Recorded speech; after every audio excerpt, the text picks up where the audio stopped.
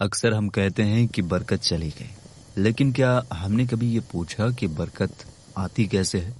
जुमेरात की शाम, वो शाम जिसे लोग बरकत की शाम कहते हैं, जब दिन ढलने लगता है और मगरिब का वक्त करीब आता है, तो कुछ जगहों की हवा बदल जाती है।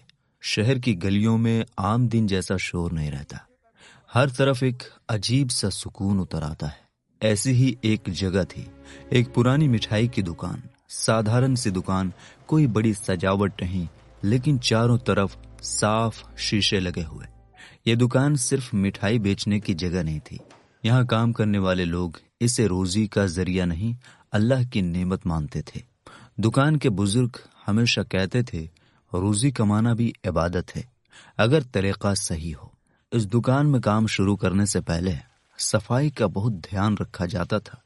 हाथ साफ, बर्तन साफ और दिल भी साफ। बच्चा अक्सर अपने अब्बा से पूछता, इतनी सख्ती क्यों? अब्बा बस इतना कहते, बेटा, जब रोजी हलाल होती है तो उसका असर दिल पर भी पड़ता है। जुमेरात का दिन आते ही दुकान का माहौल थोड़ा बदल जाता था। काम वही होता, मिठाई वही बनती, लेकिन तरीके में फर्क आ जाता। उस दिन अब्बा सुबह से ही कहते, आज जल्दी नहीं करनी है। ना आवाज ऊंची, ना बहस, ना हड़बड़ी। मिठाई बनाते वक्त हर चीज को 2 बार देखा जाता। चाशनी ठीक है या नहीं, आग तेज तो नहीं, बर्तन पूरी तरह साफ हैं या नहीं। अब्बा कहते थे, बेटा, जुमेरात को रोजी सिर्फ हाथ से नहीं, नीयत से बनती है। दोपहर के बाद एक आदमी दुकान पर आया।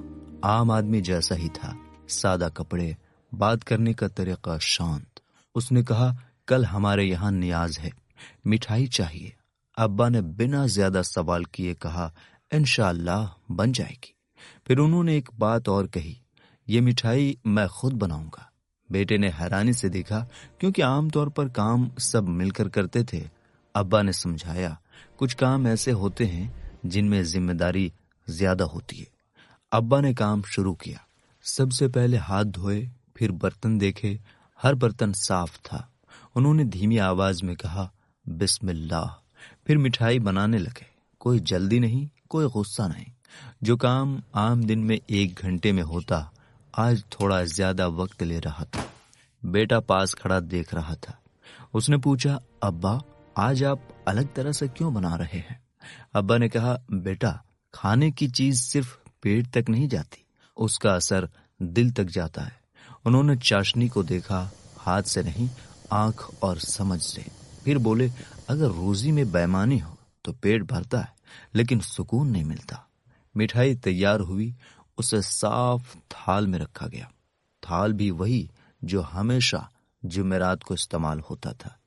दुकान में उस वक्त अजीब सी शांति थी। कोई शोर नहीं, बस काम की आवाज। बेटे को लगा जैसे अब्बा सिर्फ मिठाई नहीं बना रहे, बल्कि कोई जिम्मेदारी निभा रहे हों। असर के वक्त करीब आ गया था। आसमान में हल्की सी नरमी थी।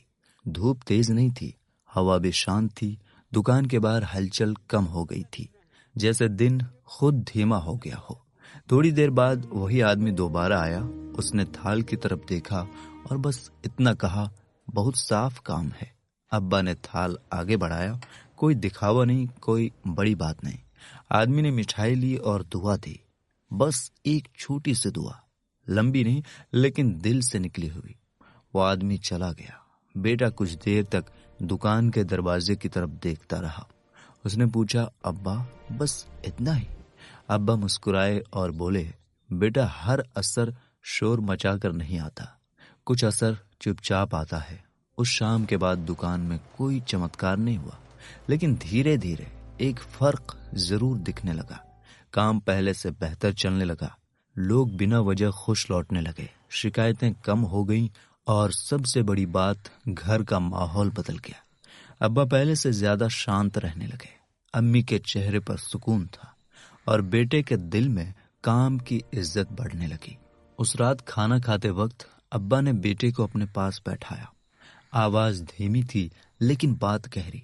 उन्होंने कहा, बेटा, एक बात हमेशा याद रखना, ये दुकान सिर्फ कमाने की जगह नहीं है, ये हमें रोज याद दिलाती है कि हम कैसे काम करते हैं। बेटे ने पूछा, अब्बा, आपने चारों तरफ शीशे क्यों लगवाए हैं? अब्बा ने चारों तरफ देखा, फिर शीशे की तरफ इशारा करके बोले, शीशा झूठ नहीं बोलता। जब आदमी काम करता है तो सामने वाले को ही नहीं, खुद को भी देखना चाहिए। अगर हाथ गंदे हो, नीयत खराब हो या दिल में लालच हो तो शीशा सब दिखा देता है। अब्बा ने आगे कहा, इसलिए हम शीशे रखते हैं ताकि रोज खुद से पूछ सकें, क्या आज हमारा तरीका सही है? बेटे ने सिर हिलाया। अब्बा बोले, जो रोजी इज्जत से दी जाए वो इज्जत से ही वापस आती है। और याद रखना, बरकत सिर्फ पैसे में नहीं होती, बरकत सुकून में होती है। उस दिन के बाद बेटे ने भी काम को अलग नजर से देखना शुरू किया। मिठाई बनाना अब सिर्फ काम नहीं रहा, वो एक जिम्मेदारी बन गया। वक्त धीरे धीरे आगे बढ़ता गया। अब्बा उम्र में बड़े होते गए और बेटा दुकान संभालने लगा। दुकान वही थी, शीशे वही थे, सफाई वही, जुमेरात का एहतियात भी वही, बस एक फर्क था। अब काम करने वाले हाथ बदल गए थे, लेकिन तरीका नहीं बदला।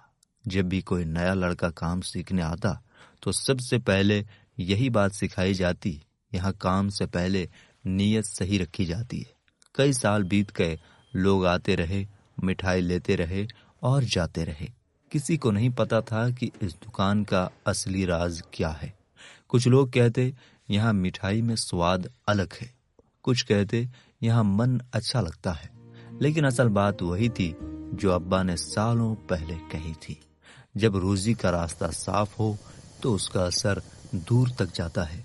आज भी जब किसी शहर में पुरानी मिठाई की दुकान देखते हैं तो चारों तरफ शीशे दिख जाते हैं। लोग समझते हैं ये सजावट है, लेकिन जो बरसों से ये काम कर रहे हैं वो जानते हैं शीशा सिर्फ दुकान नहीं दिखाता, शीशा आदमी को उसकी नीयत दिखाता है। और शायद इसलिए कुछ दुकानें सिर्फ साल नहीं, नस्लों तक चलती हैं।